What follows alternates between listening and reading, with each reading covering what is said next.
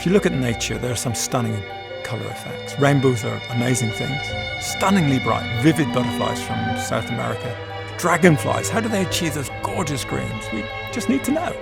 If you take a butterfly and you look at its wing scales, it's got very tiny wing scales, about 50 microns by 100.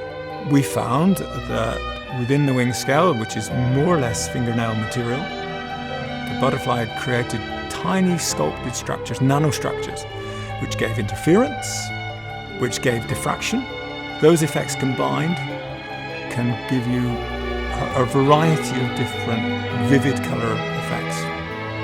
From the electron microscope images, we discovered an intricate structure in the wing scale of the morpho butterfly. And what we decided to do was to replicate that on a much larger scale. Here we have a structure corresponding to the scale of the wavelength of microwaves, with detailed ridges and with these Christmas tree structures internally. Then when we shine microwaves at this, it responds like light does to the butterfly wing scale. By unravelling the butterflies, we discovered a whole raft of new metamaterial type structures. If you structure matter on a fine enough scale, it doesn't respond in the simple way like a bucket of water or a piece of aluminium. It has new properties, new optical properties, new properties for different wavelengths.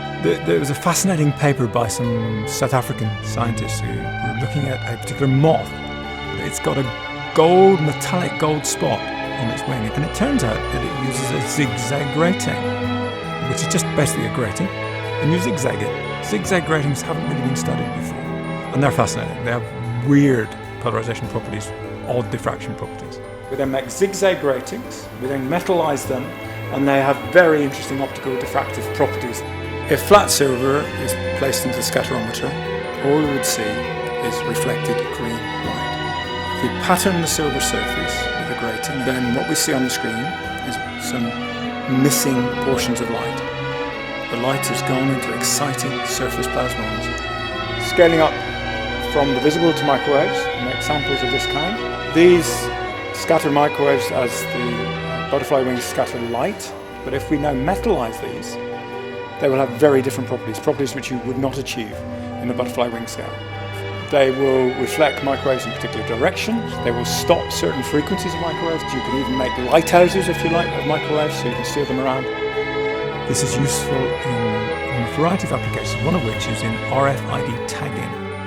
RFID tags are going to be placed on many objects to keep records of where they are, stock checking, movement of goods, drugs, blood samples, etc.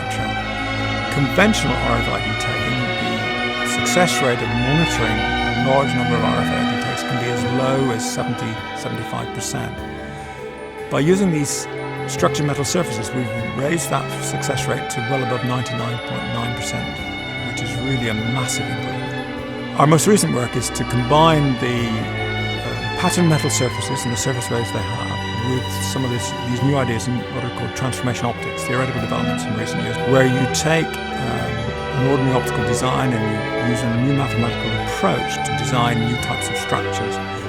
And one of the things we're playing with most recently is an object called a Lundberg lens on a surface, which if you shine a surface wave, which is a plane wave at the lens, it focuses it to the point on the circumference of the lens. I go around from place to place talking about physics, and I find that from 3-year-olds to 93-year-olds, they're still fascinated. How does it all work? That's it, isn't it? How does it all work?